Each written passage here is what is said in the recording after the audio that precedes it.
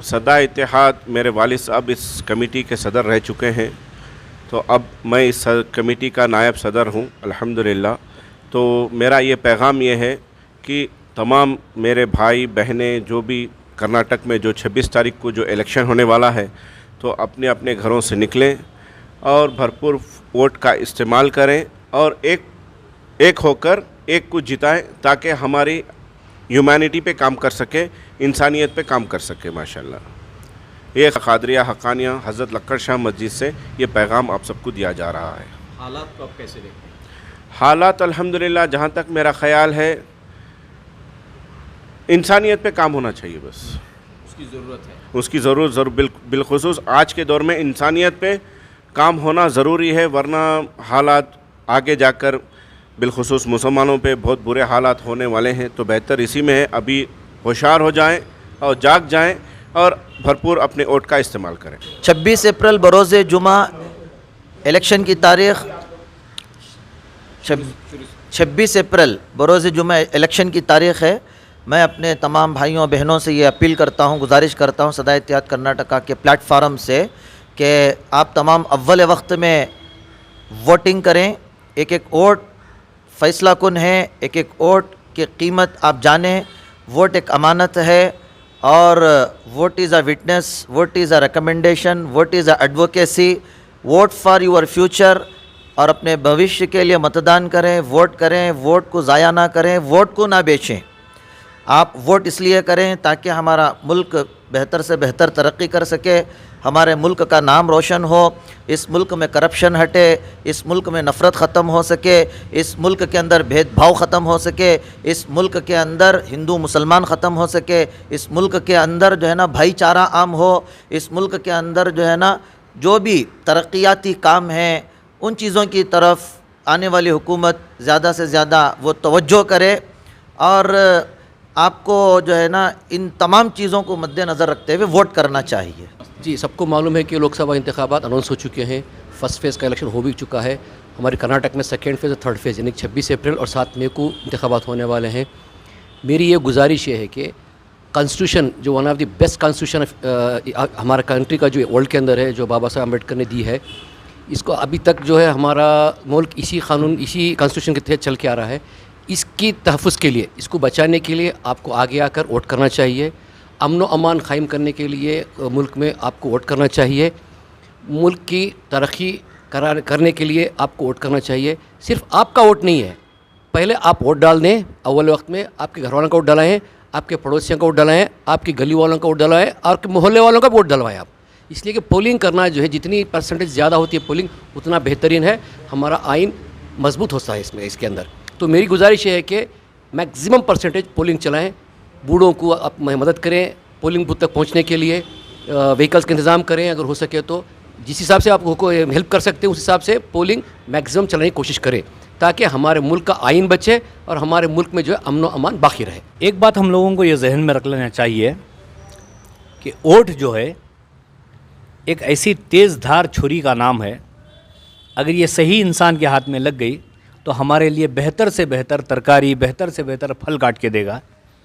अगर गलत इंसान के हाथ ये चली गई तो हमारे गले तक पहुंचने में देर नहीं लगेगी। इसलिए हमें चाहिए कि हम अपने मुल्क को बेहतर करने के लिए, हम अपने आप को अच्छा बनाने के लिए, हमारे मुल्क को कामयाब करने के लिए हमें चाहिए कि एक ऐसे शख्स का इंतखाब करें जो वाकई में हमारे मुल्क को बेहतर बना सके। यही मुहिम चल रही है और हम लोग सब कोशिश यही कर रहे हैं कि आवाम को बता रहे हैं कि आपको जो बेहतर दिखे उसको वोट दें, और मकसद ये है कि हमारे मुल्क को बचा लें, हमारे मुल्क को अच्छे से अच्छा कामयाब बनाने की कोशिश करें। यही सदा इत्तेहाद का एक अहम पैगाम है। मैं सदा इत्तेहाद से ये पैगाम देना चाहता हूँ, आपका वोट आपकी आवाज़ है, आप अपनी ज़िम्मेदारी से उस दिन वोट डालें। हम लोग जो है सदा इत्तेहाद के प्लेटफॉर्म से तमाम वोटर्स को अपील करते हैं कि आप वोट मिस मत करें, ज़रूर वोट दें। और एक दिलो दिमाग में एक बात रखें कि कॉन्स्टिट्यूशन ऑफ इंडिया को बचाना है और मुल्क की तरक्की के लिए आप ज़रूर वोट दें। और वोट नहीं देने का जो है मतलब हुआ कि आपको कोई इसकी किसी की परवाह नहीं है, आपको कोई इस मुल्क में रहने का हक भी नहीं है। वोट ऐसा सोचें कि कोई हमारी जिम्मेदारी भी है और वोट जो है हमारा कीमती वोट जो है एक कारगर कुछ काम होने वाला है, इसीलिए वो जो है अच्छे कैंडिडेट को चुनकर वोट दें। हमेशा ये बात कही जाती है कि वोट तकसीम होंगे, वोट तकसीम नहीं होना चाहिए, तो इस बार क्या माहौल है? इंशाअल्लाह वोट तकसीम नहीं होंगे, वोट तो होंगे। हमारा नज़रिया है सदा इत्तेहाद से, हमारा प्लेटफॉर्म से जो है एक ही मैसेज गया है कि हम लोग चाहते हैं कि सब मिलकर वोट दें और वोट का परसेंटेज बढ़ाएं। हमारी ताकत जो है वोट के परसेंटेज बढ़ाने में है। जो गुज़रा आप जानते हैं, बेहतर जानते हैं, सफ़र भी हो चुके हैं हम लोग। आप सोच समझ के वोट दें, वोट से कतराएं मत, ज़रूर वोट दें। सदा इत्तेहाद के नायब सदर होने की हैसियत से शरई नुक्ते नज़र से वोट के ताल्लुक़ से आपने जो मसला पूछा है वह इंतहाई अहम है कि ये जो है दीनी और मिली फ़रीज़ा है। कोई इसे दुनियावी काम ना समझे बल्कि दीनी काम समझकर अपने घरों से बाहर निकल आएँ और मुल्क के हालात आप हजरात के सामने हैं, उसे सामने रखते हुए कल जो वोटिंग हुई है पूरे मुल्क में, पहले फ़ेज़ में ये देखा जा रहा है कि परसेंटेज बहुत कम है और इससे मालूम हो रहा है कि लोगों में नाराज़गियाँ हैं।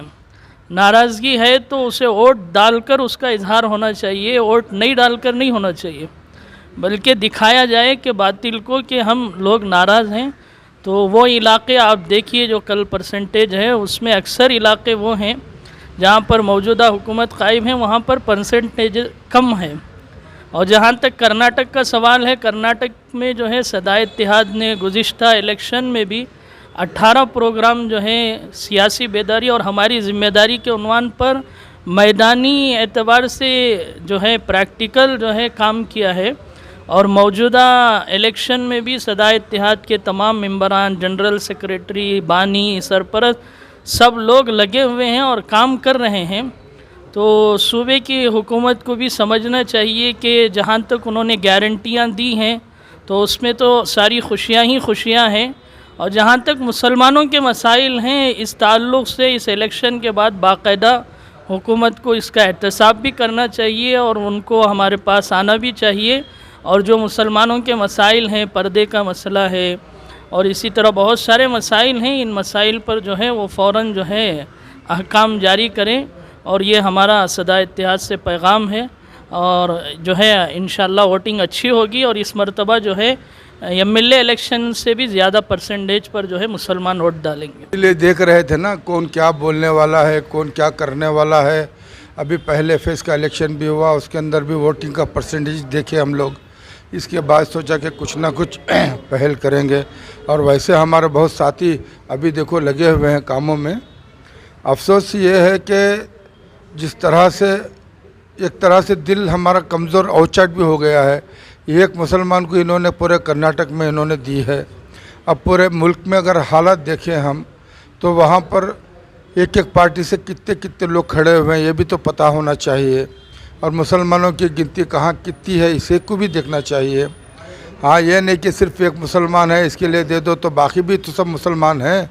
सबके लिए भी एक पैगाम जाना चाहिए कि वोट जो है कि बराए मेहरबानी एक दूसरे के सामने मुकाबला करने के बजाय एक एक आदमी को चुने और उनके हक़ में पूरी तायीद करें पूरे मुल्क के अंदर। जब तक ये बात सामने ना आएगी तो हम मुसलमानों का कुछ होने वाला नहीं है। कांग्रेस पार्टी को चाहिए थे कि कम से कम 3 आदमी को देते, कोई ना कोई आगे तो निकल कर आ सकते थे, लेकिन ये हुआ नहीं। ये यहाँ पर हमें थोड़ा दुख है इस बात से।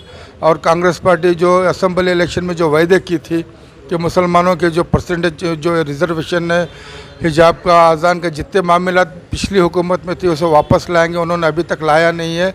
और डीजे हल्ली केजे हल्ली के मामले में किसी के मुंह में ज़बान नहीं है, कोई कुछ आवाज़ भी नहीं उठा रहे हैं। जबकि उन्होंने कहा था जैसे हम लोग आएंगे वैसा उनको भी वापस लेके आएंगे। वो भी तो हमारी कौम के बच्चे हैं, उनके घरे हैं, बाल बच्चे हैं, माँ बाप हैं, इनका दुख कोई देखने वाला नहीं है। आज एक देखने को शुरू मिल रहा है भाई हमारा वोट दो वोट दो। वोट तो देना है, वोट मेरा हक है, यानी कि मेरा पावर है। जब मैं वोट दे रहा हूँ तो मैं अपना पावर देता हूँ।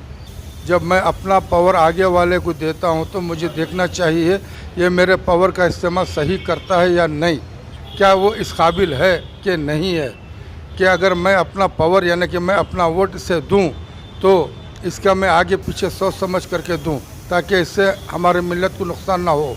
यहाँ तक ऐसा नहीं कि वो अपने मुफाद के लिए मेरा पावर इस्तेमाल करे, ये भी मुझे सोचना चाहिए।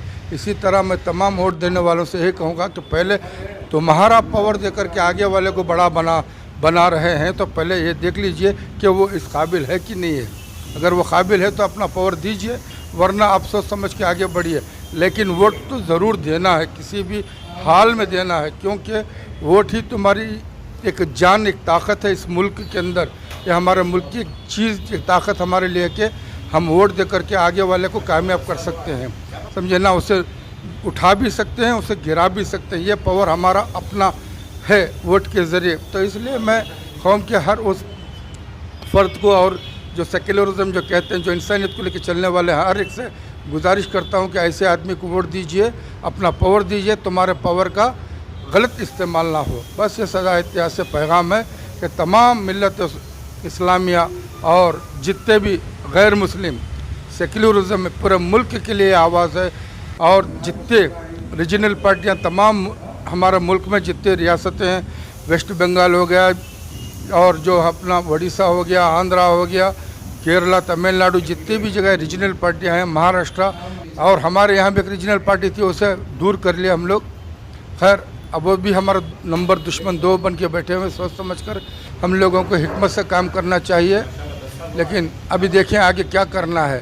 इंशाअल्लाह यही पैगाम हम आवाम के सामने रखना चाहते हैं कि पूरे मुल्क को देखिए और मुल्क में कौन कौन सी पार्टी क्या कर रही है उसके ऊपर भी नज़र रखिए। फिर यहाँ जो अपना वोट है सही सोच समझ कर अपना वोट दें और अपना हक अदा करें और सही इंसान के लिए हक अदा करें। ಮಕ್ಕಳ ಹೈಯರ್ ಎಜುಕೇಷನ್, ಮಗಳ ಮದುವೆ, ಕನಸಿನ ಸ್ವಂತ ಮನೆ, ಇದಕ್ಕೆಲ್ಲ ಹೆಂಗೆ ಹಣ ಹೊಂದಿಸ್ಬೇಕಂತ ಟೆನ್ಷನಲ್ಲಿ ಇದ್ದೀರಾ? ಇರೋ ಚಿನ್ನನ ಅಡ ಬಿಟ್ರೆ ಬಡ್ಡಿ ಮೇಲೆ ಬಡ್ಡಿ ಕಟ್ಟಬೇಕು, ಮಾರಿಬಿಡೋಣ ಅಂದ್ರೆ ಅರ್ಧಕ್ಕರ್ಧ ಕೇಳ್ತಾರಂತ ಆತಂಕದಲ್ಲಿದ್ದೀರಾ?